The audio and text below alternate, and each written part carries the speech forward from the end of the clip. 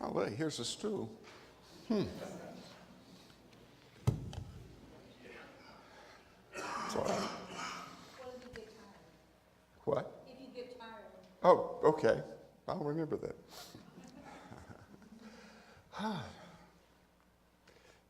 I like looking out on this group. I could go sit down now. I've just seen a lot of beautiful, and I really like it. Well, I want to comment a little bit about the first song, the Joy to the World song. First time I heard it in a Unity church, I'm going to tell you where I was. This is probably 15, I hope not 20 years ago, but maybe 15 years ago. I was a speaker in Unity of Nacogdoches, and it's a small group. I remember that. But that week, Hoyt Axton had passed away. And so the lady that was sort of in charge, the minister there, told the story of how that he had written that song for a television children's show, and that it didn't make. And so he sold it to then a group called Three Dog Night. He was not exactly happy with what they did with it, according to what the story she's telling. But anyway, we all got in a circle, a huge circle, and sang it. That was the first time I'd experienced it in church, and I liked it. I liked that idea. I'm the one who originally suggested it. And then the thing that she didn't tell me was that in that group, Ken was part of, was it the recording or the tour? Oh, no. When Three Dog Night did it? What? But when Three Dog Night did it? Yes. Oh, no. That was after I played with. Okay. But you had been a part of that, a backup, yeah, something. I couldn't remember your exact story, but I tried to get it just right. But he knew every word of it. The first time I asked about it, I said, I wish I had told you in time. And so he was sitting at the piano anyway, so he just did the whole thing for me and then told me that story. So anyway, whatever, I look at music. The reason I'm not bringing out music as part of the changing the world one little heartbeat at a time is because I think it's a bigger thing, certainly without music. And I think of nearly all of it as spiritual as opposed to just secular. It all sounds spiritual to me. Now, I got a title, and by the way, I don't want to give Ken too much credit here, but my title today came from something he was singing. He was singing Changing the World One Little Heartbeat at a Time. And I said, that's exactly, I want to talk about that. And so I gave it to somebody or other for my title then. Okay, so that's the whole history of it. Happy Father's Day. I hope you've had as good a Father's Day. Mine started a little early yesterday. So I got up, there were pancakes that had blueberries and pecans in them and all the things I like best. Maybe some cranberries. I can't remember now what all I discovered as I was eating those things. But I've had such a wonderful weekend already, and this just sort of adds to it. I hope you've experienced some of the same thing. Fathers, or if you were helping or meeting with Father, I hope that you experienced something wonderful with that experience too. Okay. The reason I came up with this title is that, I do a lot of talking to people, both in church and at work and every place I go. The one thing I enjoy the most is being able to chat with people. I think that's one of the things, it's hard to imagine staying home and not having some place to get out and go to work every day. But, I think about the other. I think about retiring, but it's just something about what I do is so enjoyable. But part of it is just chatting with people. But one of the things I've noticed in, not just there, but just in, it seems like it's a major factor that people in general don't exactly feel like that anything they do is going to impact the changing that is needed in the world. That's actually not the truth. It's just that most of the change that is going on is such, it's just nearly invisible. And you think about Jesus preaching and teaching and doing miracles, that impacted the world, but even that, it was like planting seeds, and then it takes a long time. I know we go 1,000 years, and it seems like there's not the kind of progress that you would have thought that kind of information poured out on the world would have created. It created something, it should have created, you would think, something more dynamic, and that people would fall in love with life and fall in love with each other and that live happily ever after. Dang. Yeah. Amen.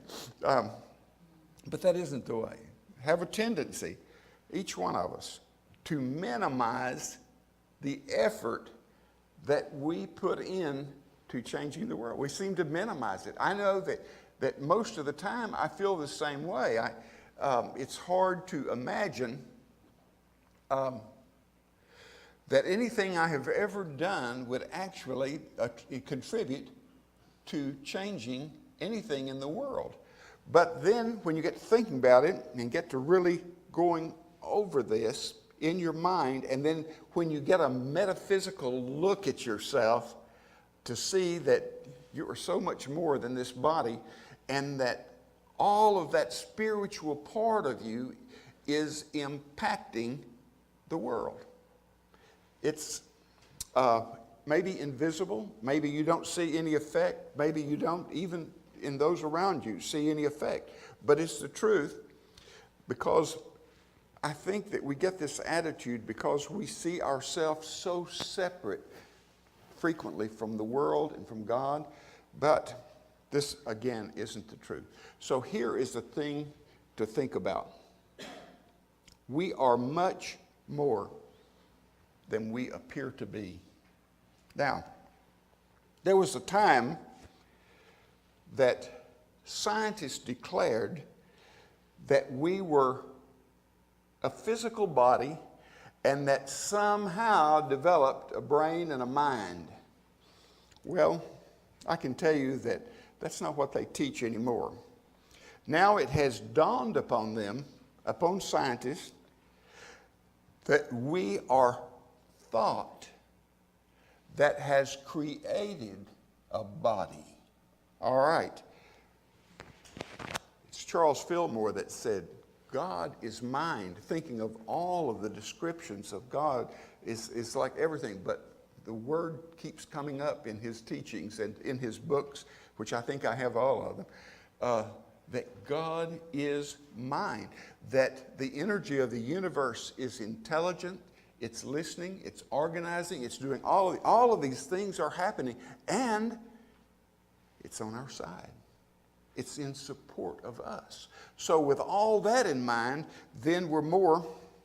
Now, think of this. Mind creating a body. We only have to have a handful of carbon, hydrogen, oxygen, nitrogen, and maybe throw in a couple of buckets of water, and we've got a body. Now, but I'm going to emphasize again, we are much more than we appear to be. Jesus said, "You are the light of the world. A city on the hill cannot be hidden. Neither do people light a lamp and put it under a bowl. Instead, they put it on a stand, and it gives light to everyone in the house." And then he challenged us, "Let your light shine so that everyone will see." In other words, make it completely visible. And so what I began to think of is, what are all of the tiny, tiny little things that began to change the world? It's like a little heartbeat at a time. What are those things? And you could probably make me a list, but when I was doing this, making this list and thinking about all these things, I was thinking about all of you. What do you do that sort of brightens me up when I come in the door in the morning? Well, This doesn't sound very important. Maybe this is an unimportant message, but think about this now. Just a smile can change so much. I know that on our computer at home, when it's turned on, the first thing that flashes on, I think most of you know that we have 2 new grandkids to go along with our 36-year-old and 30-year-old, that it's a wide span of people. But there they are, just grinning from ear to ear. Now see, I know the effect that has on me. Just when that pops on the screen and I see it, there is just a sort of joy, and I can't help but smile, because they're smiling, and smiles are just contagious. And even though it doesn't seem like a big thing, it's changing the world one little heartbeat at a time. I used that expression from your song because I said that's really small increments. That's really getting down to quantum stuff and measurement, see? So, think about it all. One of the things that Eric Butterworth, that I always like to repeat after him, but he said, we are an eachness in the allness of God. And then Marianne Williamson said, it serves no one to play small. So if there is a time when you feel like you really have nothing to add to the change that the world needs, think about it and just smile. Now, a caring, just a simple caring does so much. Give you an example. There's a story, and I don't know whether it's fiction or fact or whatever, but there's a little girl walking along the beach, and she's seeing where starfish have washed up. And so she's throwing these starfish back, and this guy sort of laughed at her and said, do you know, hon, that's not going to make a difference. And she said as she's throwing it, it made a difference to that one. I always think about, when I think about something that I need to do as being so insignificant, I think that somewhere it's going to ripple out and it's going to make a difference. Sometimes it's just a cheery hello. I could have added, because of this church, and when I come in the door, there's one thing for sure. I always get a cheery hello and I get a hug. And then it's contagious. It seems like it just keeps on happening. Well, you may not realize it, but there's little changes in my world with each one of those hugs, with each one of those greetings and hugs. Now, here's another one. A sincere compliment. I always like the story about the guy in the bar, and he's hearing this sound. He said, that's a beautiful tie you have on. And I really like that shirt. And he said, he got to looking around, he said to the bartender, what is this?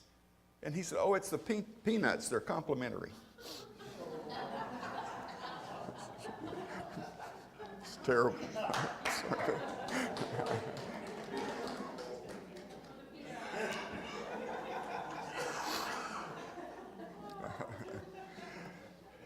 Now, an expression I use quite a bit.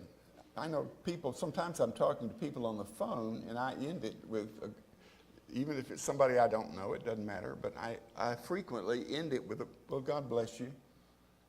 You know, whether they notice it, whether anything, but I have this feeling in my mind that some little tiny heartbeat at a time is changing things in the world when I do that.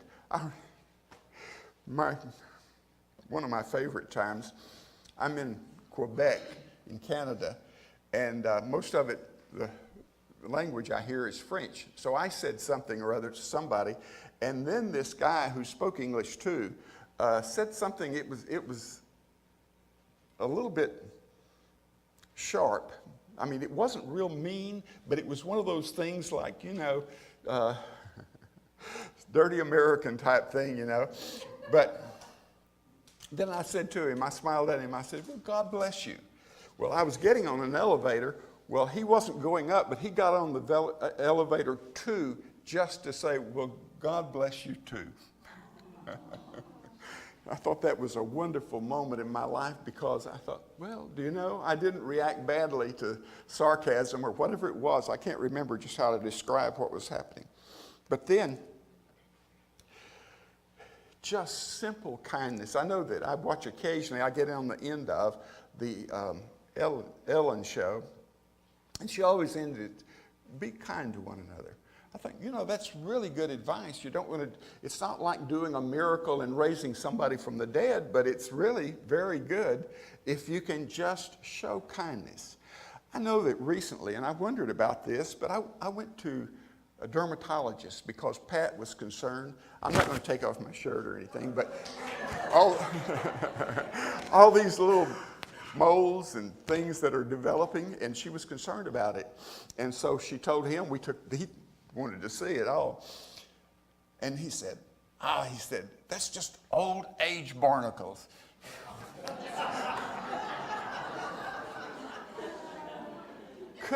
Couldn't he have said, those are just symbols of maturity? You know, think about it. Just think about it. But all of these items that I'm going over are things that bring change. They seem so small, but little heartbeats at a time, they're changing the world.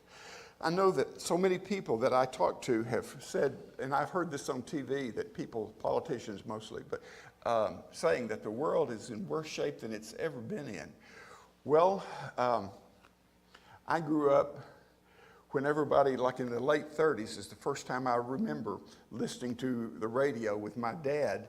And he always said, there's a guy named Gabriel Heater. I'm sure none of you are old enough to remember him.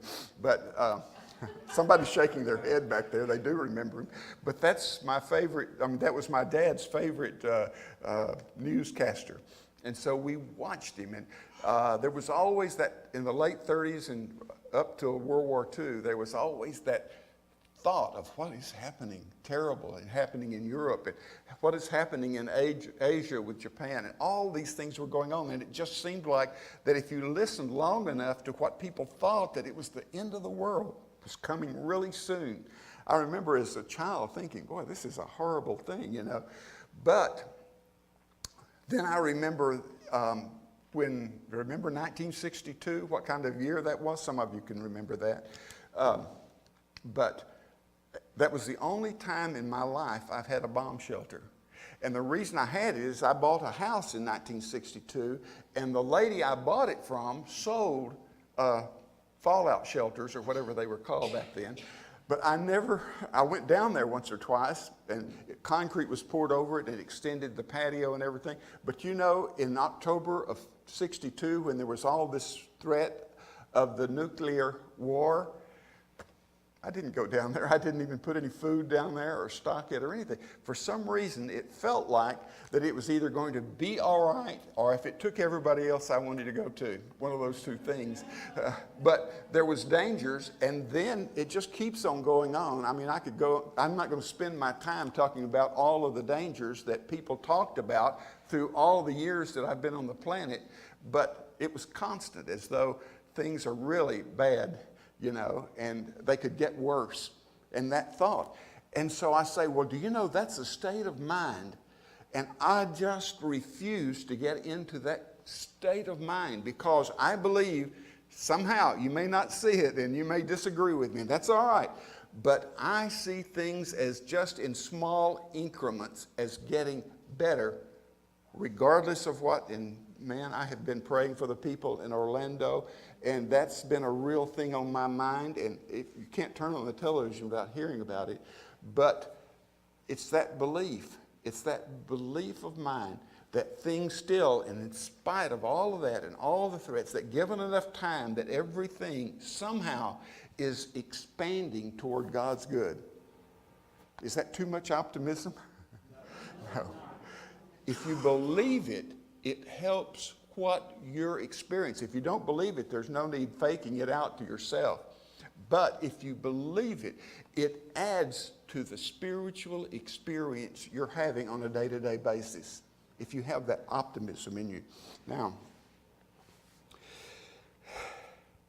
here's a challenge for us.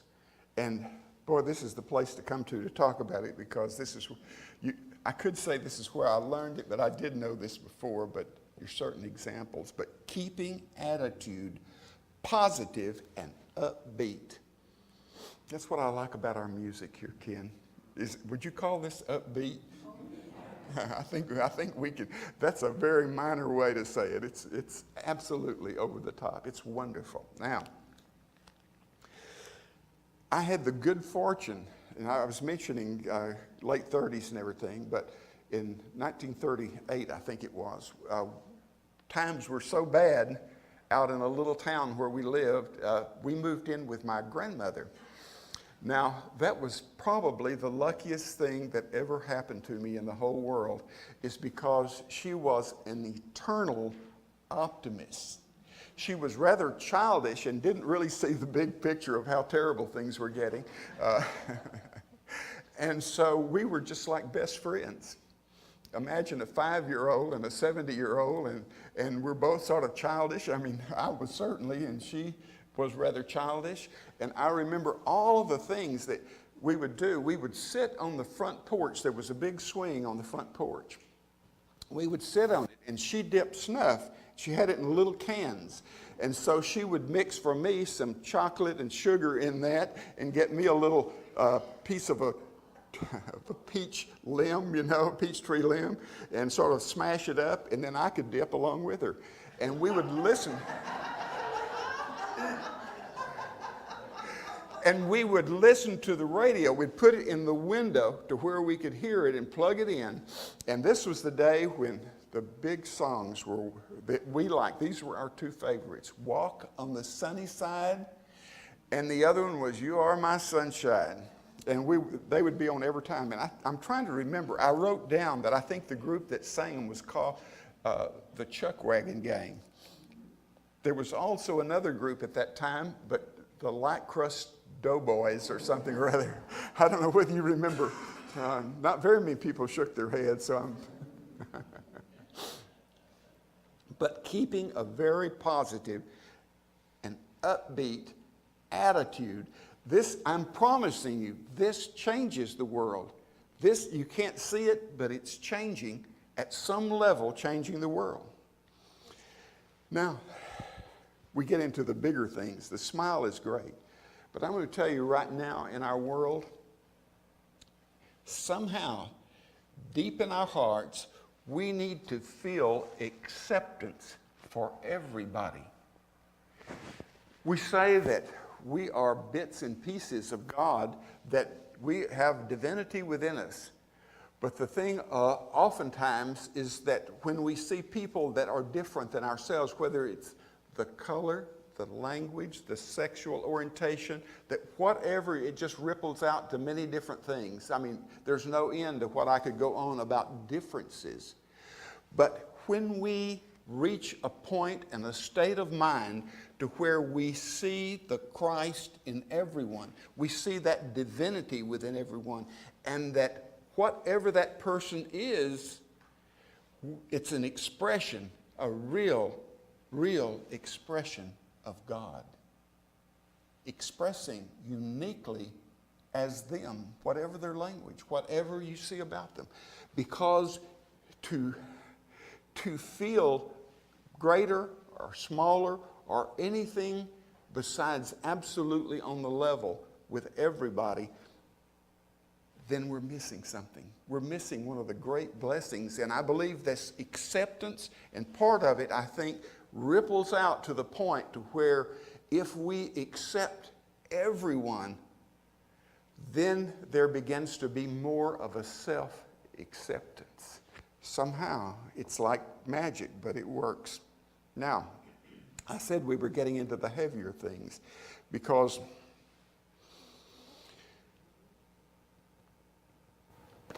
there is a thing about forgiveness. And I'll tell you what I'm thinking about. was watching television on the 17th, which I think was the anniversary of the shooting in the church in South Carolina. And they were not only remembering or having a devotional concerning that moment, but they were also including Orlando in with it. And in the service, who it was said to, I think it was to commentators or something or other, whoever was doing the televising of it, this person in the congregation said, "We have one little message for the shooter. I forgive you. We forgive you." Think about that one. Because most of the things that I can remember that seemed unforgivable were so minor, really. I've even forgotten what they were, and I think that's a good sign. I don't remember now. If somebody said, what's the last person you forgave? I couldn't really tell you because I can't remember that anybody did anything that seemed like it needed forgiving. That's a state of mind that if we can just reach that state of mind, this is really changing the world. This is really a little bigger heartbeat at a time. When we begin to see everybody is just an expression of God, and we begin to think in terms of whatever might have happened to me, I forget it, I forgive it as though it really never happened. Jesus said, "Forgive, and you will be forgiven." But it comes as part of a package deal. Now, the last thing, when you pray, I'm sure that since I feel love coming in nearly every moment of my life, when you pray, do you realize that you are on wave or in the energy that carries any prayer? It's just like the same energy that takes a cell phone message. Scientists finally figured out we're just going to learn how to use the energy. All of the technology that is in the world today is based on the truth of that which people who've been praying have used for a lifetime, forever, as far back as time goes. It's just that science is catching up. Technology is catching up to what happens when a person prays. You send out a vibration.